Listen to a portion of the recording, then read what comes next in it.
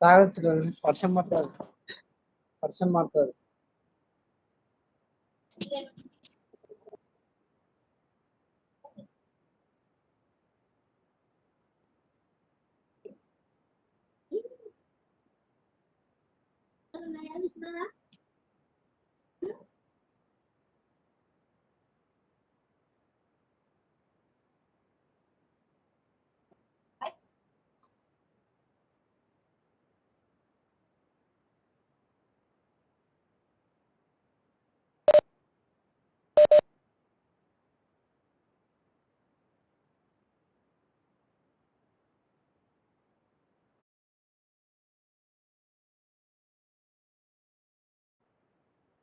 Yes, can you hear my voice? Voice వినిపిస్తుందా? Anybody respond? వినిపిస్తుంది sir. Okay, now I am sharing my slide. Just to confirm me when you are able to see the slide.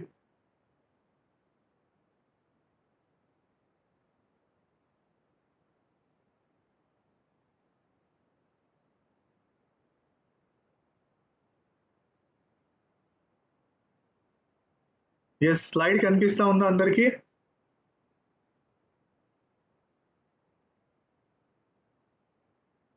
Anybody respond please? Can you see the slide? వినపడుతుంది sir. Okay, right. Okay, I'll start. So in our last class, we were discussing about what is enzymes. Then we discussed about the properties of enzymes, the characters of enzymes, and so on. Today we'll be discussing about the enzyme action mechanism. So how enzyme action actually takes place. So before going into the enzyme action part, so we'll have a just quick recap of enzyme properties. Regarding every enzyme works on a specific substrate. So enzymes are specific. They are specific in two ways you can say. Either substrate specific. Vishnu ni audio mute chesko. Vishnu ni audio ఒకటి mute chesko. All of you mute your audio.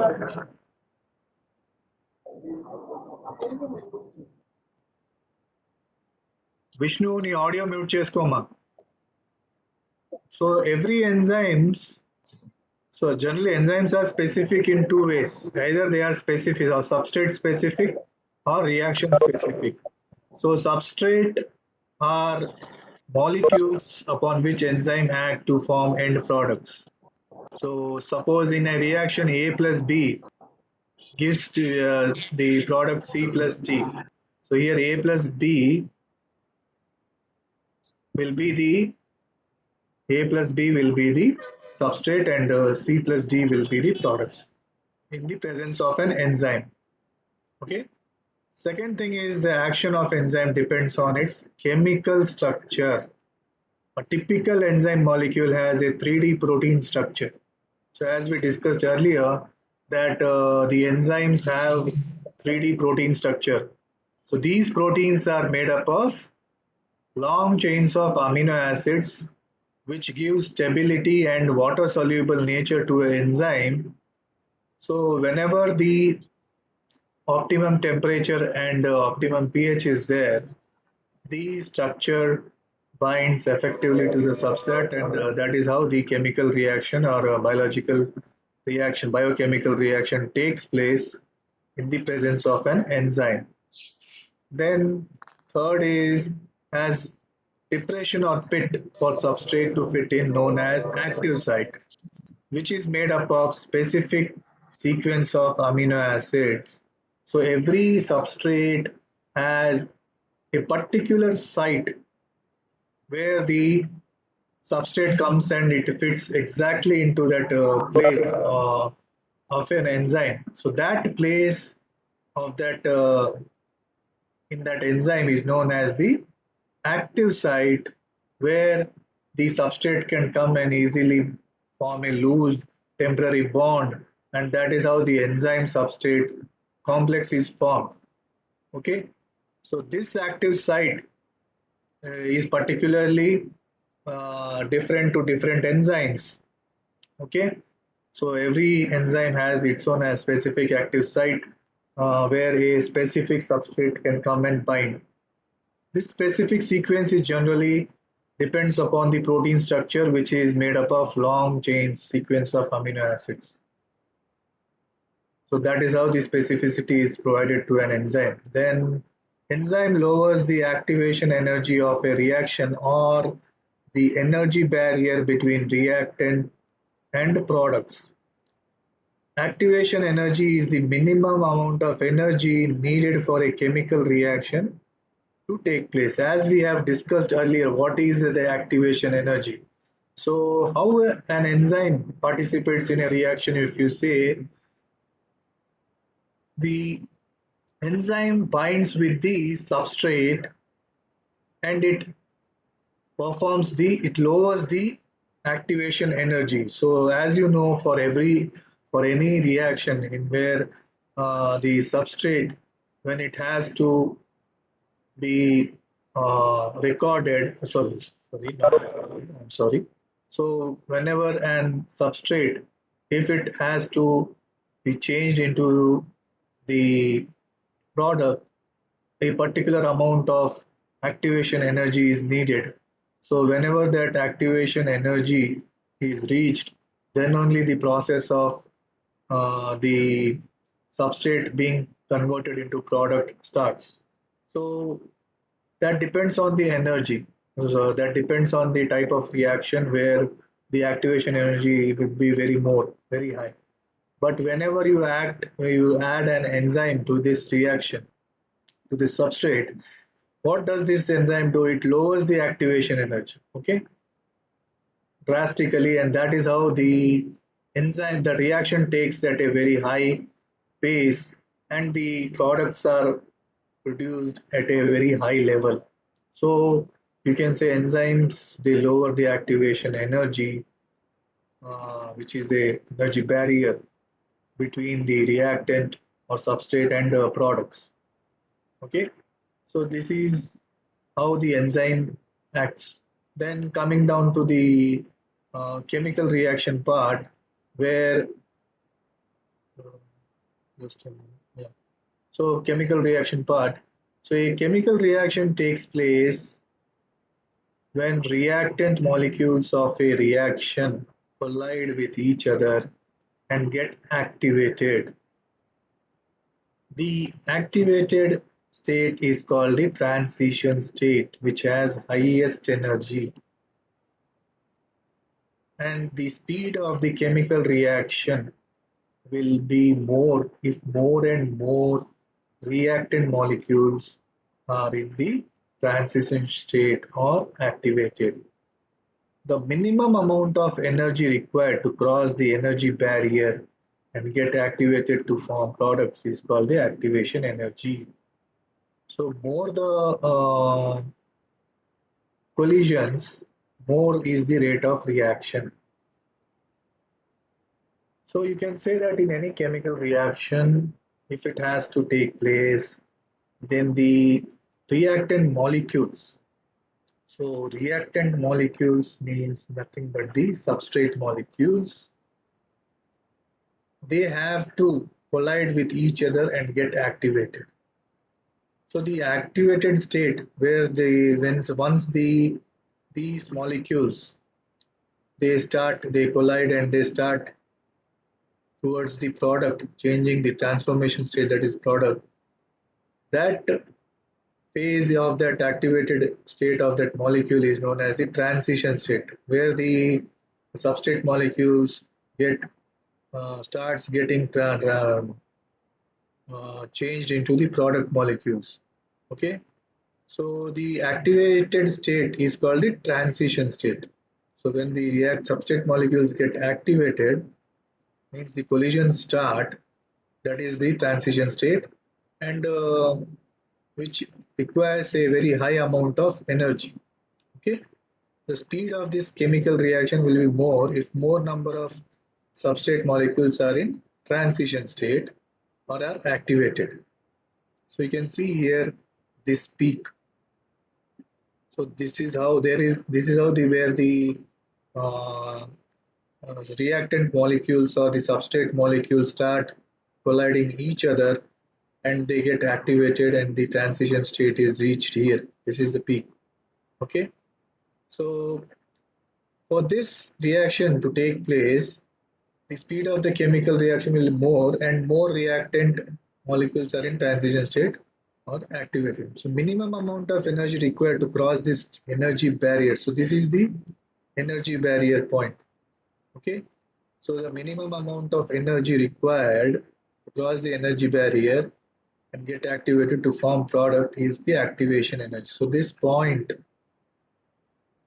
is the this much energy is required, which is the activated activation energy, from where the actual change in the substrate molecule or reacted molecule takes place, and the products are formed. The end products are formed here. So this is the end product. So the more the number of collisions, more is the rate of reaction. Okay. So this is how the uh, chemical reaction takes place without enzyme. But when an enzyme is added to this, so this much energy is required without enzyme. So when an enzyme is added to this activated activation energy is lower. So this enzyme, you can say the substrate getting changed into products in the presence of an enzyme. There are several models like how the actual enzyme action occurs. So these are the models for enzyme action. So three viewpoints explain the mode of action of an enzyme to bring out a chemical reaction. One is the lock and key model. Second one is the induced fit model. Third one is Michaels-Menten model. So we'll discuss about the enzyme action, uh, discussing every model in detail. So let us begin with the first model, that is the lock and key model. So this lock and key model was put forth by Emil Fischer in the year 1894. Enzymes have regions which bear distinct shape called as active site. So as we have discussed earlier that every enzyme has its own active site, a particular shape is there, puzzle sort of thing, shape, where a particular substrate can only be bind to that enzyme at this particular site, which is known as the active site. So this active site is provided by the protein structure, which is made up of long chains of amino acids. So that is how a 3D structure is provided to every enzyme at optimum temperature and pH. So in the region of these active sites, the surface structure has specific residues like the NH2, the SH, etc. of the enzyme is such as to allow the particular substrate molecules to fit in correctly by forming temporary bonds which cause change in the substrate to form products.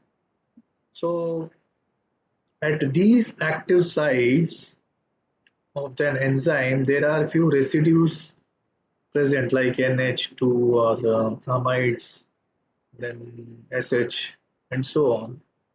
So these amide sulfides that are present, residues that are present in at that particular active site, which allow a particular substrate, a specific substrate only to come and bind into that active site, whereby the temporary weak bonds are formed, and that is how there is some conformational change takes place, some change occurs, the substrate, and that is how the enzyme substrate complex is formed, and that leads to the formation of the end product.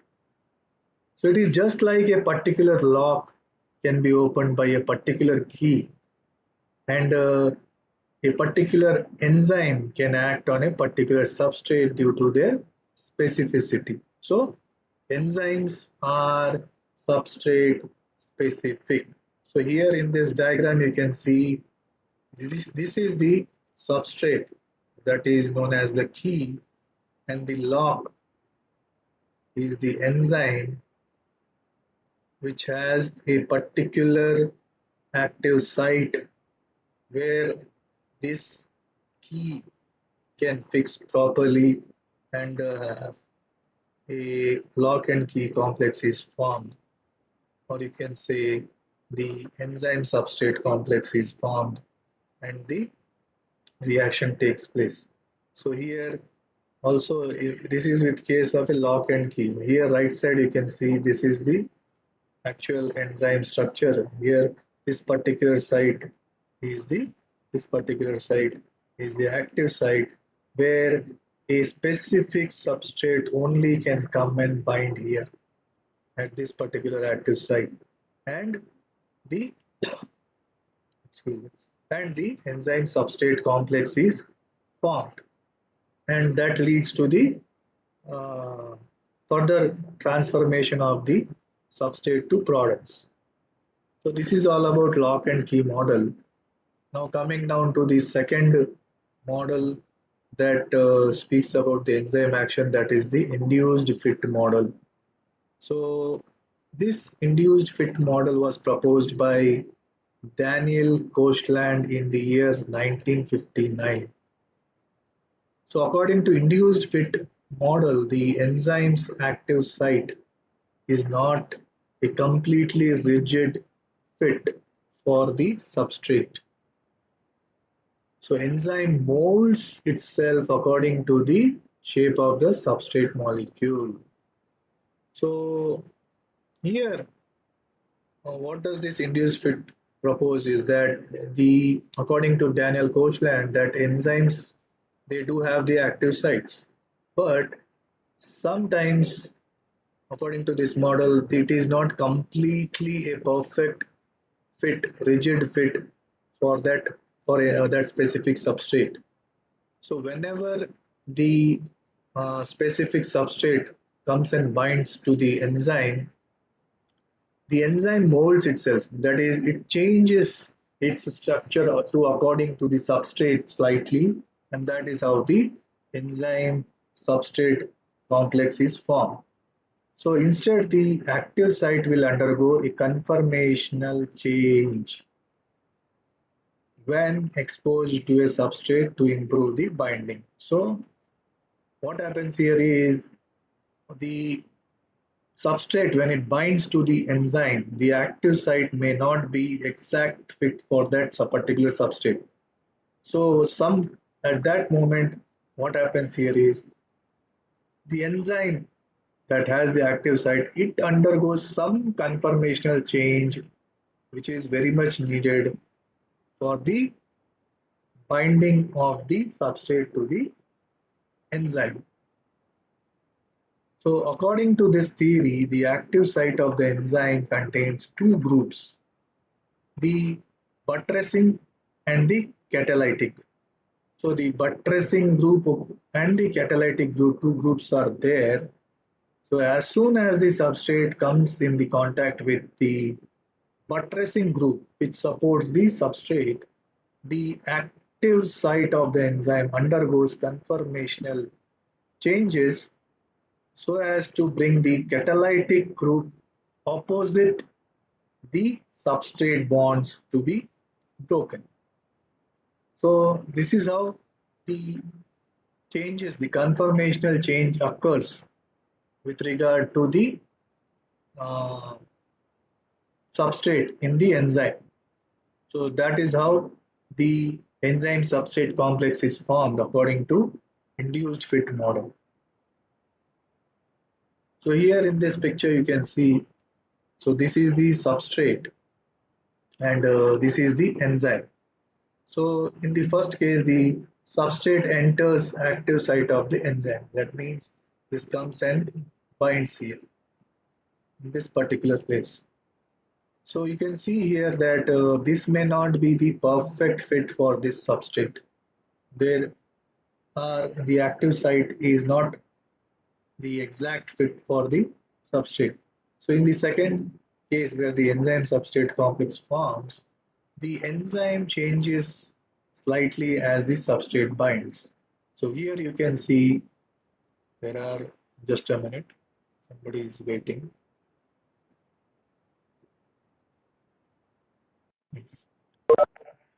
So here the enzyme changes its shape slightly as the substrate binds to it. So you can see the difference here in this picture and this picture that this part has changed a little and even this part according to the substrate. So this is the conformational change that takes place in the enzyme for the substrate to get binded and the weak bonds are formed. The third case is substrate is converted to products. So ultimately, after the enzyme substrate is complex is formed, the end products are formed. So the product leaves the active site of the enzyme. So that is how you get the end products. So here one thing is that this in this induced fit, there are some conformational changes that take place in the enzyme according to the substrate. Whenever the substrate binds to the enzyme, so then only after the conformational changes occur in the enzyme, then only the end products can be formed.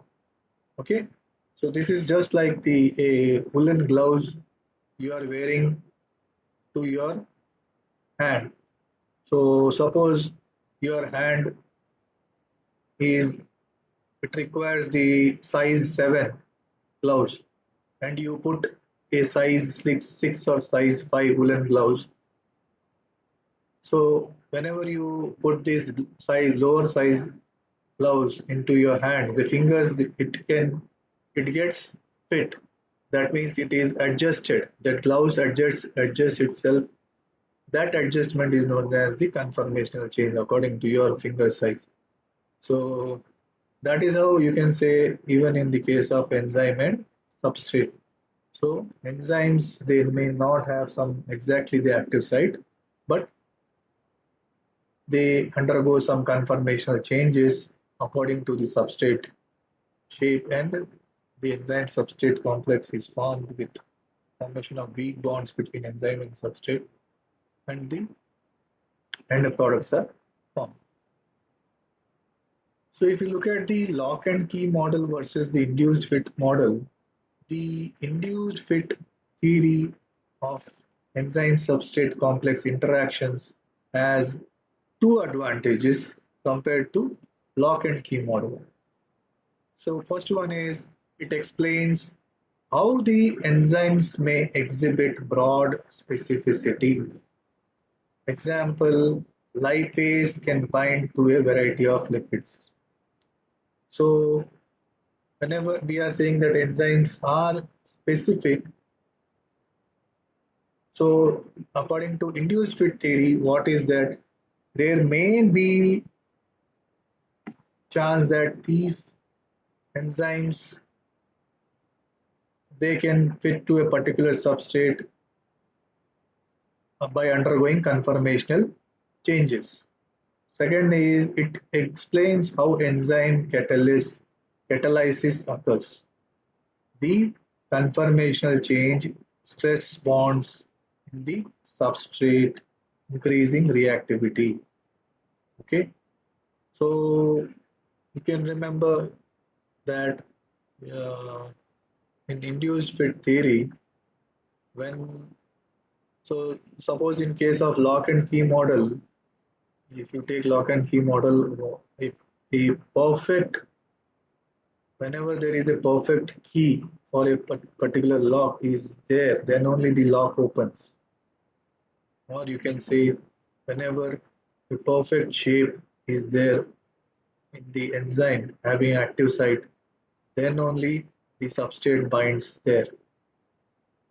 Or else that enzyme substrate complex reaction won't occur and the products won't be formed. This is according to lock and key model. But induced fit theory proposed by Coastland is uh, it stresses on the conformational change that occurs means the enzymes mold itself according to the shape of the substrate and weak bonds are formed and conformational changes occur in the enzyme and weak bonds are formed and that is how the substrate enzyme complex is formed and end products are produced. So in lock and key model, active site is single, whereas in induced fit model, active site is made up of two components. That is the buttressant. Uh, Here we saw there's two groups. One is the buttressant group, and another another group is the catalytic group.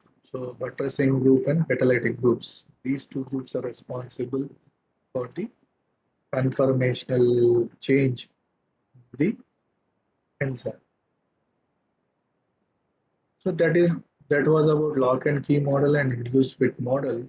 Now coming down to the third model, that is the Michaelis-Menten model, where if you see here, this is the enzyme, this is the substrate, and a forward reaction takes place where enzyme substrate complex is formed, and the after the reaction, the products are the enzyme gets released, and this is the end product. So as we discussed earlier, that enzymes they catalyze the reversible reaction. So you can take it either way. That same product it acts as the substrate with the enzyme, and the backward reversible reaction occurs, and again you will be able to get the substrate, that is S as the product and the enzyme. So this Michaelis-Menten model was proposed by Michaelis and Menten in the year 1913. So this theory or this model explained the mode of action of enzyme on the basis of activation energy. So according to this model, enzyme reversibly combines with substrate to form the enzyme substrate complex that subsequently yields the product, regenerating the free enzyme. So one thing you have to remember here is that Michaelis-Menten model is based on mainly on the basis of the activation energy. So as we have discussed earlier that for any reaction to take place, certain amount of activation energy is required. So whenever that activation energy has reached, okay, so then only, so this activation energy has reached, then only, so the substrate uh, gets changed into the product. So, so this is the active, this much activation energy is required without an enzyme. Suppose you add uh, a enzyme also to this substrate, whereby the same product uh, will form the same substrate will form the product. So this is how the enzyme acts, like it lowers the activation energy and it speeds the reaction at a very high pace so that the substrate gets converted into the product.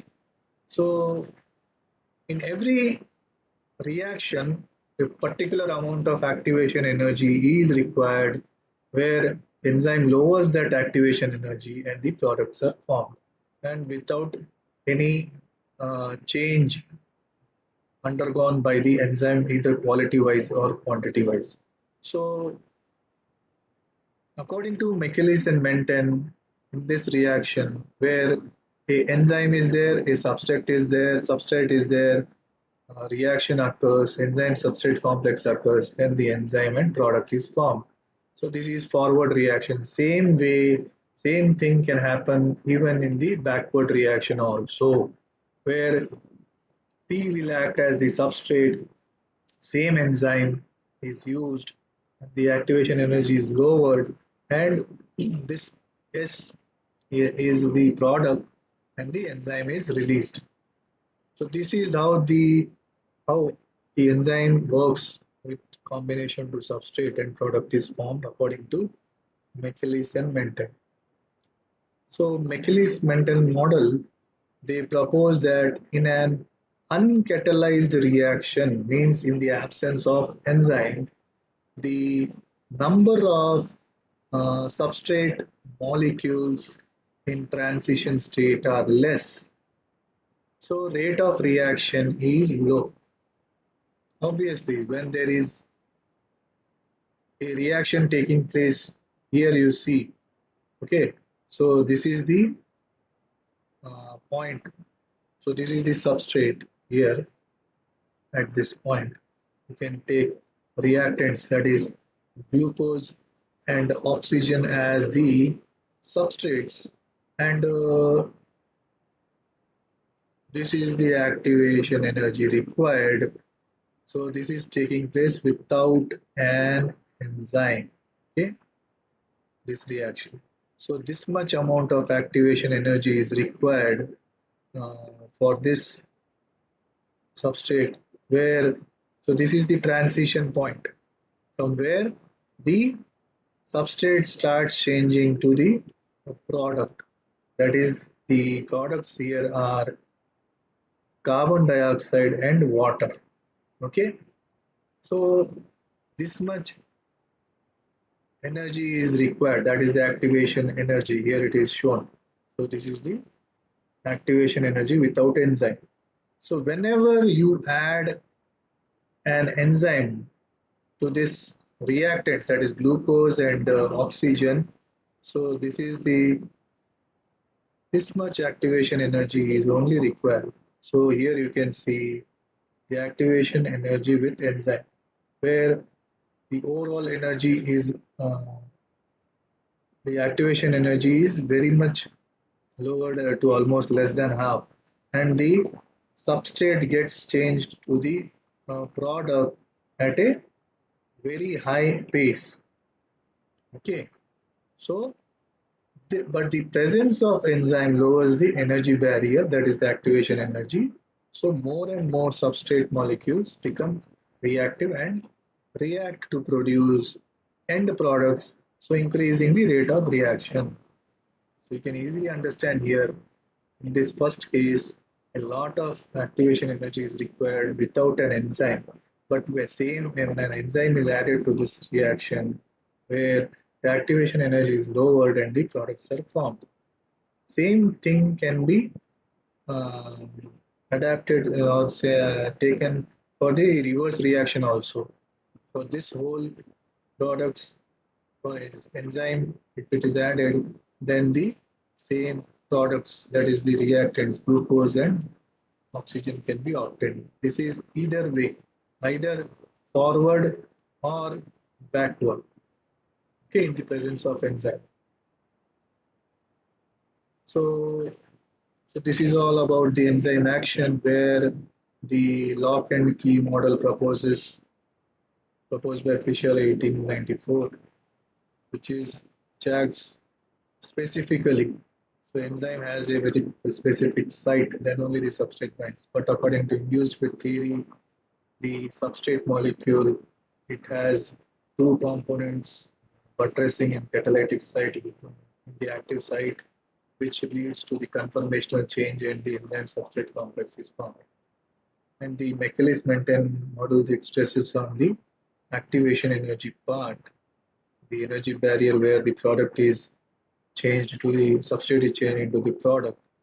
The enzyme reversibly acts the either way. These products can be changed to the substrate by lowering the activation level. So this is all about the enzyme activation part.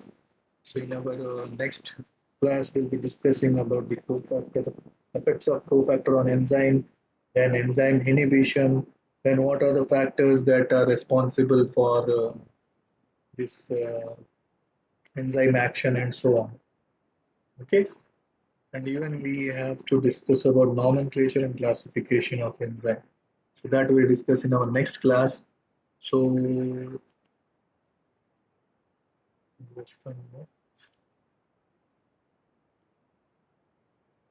so today we are left with another 2-3 minutes. So I end here. So quickly switch on your videos so that I can take a screenshot. Shikshali, Mary Flora, Dilip and Tarak.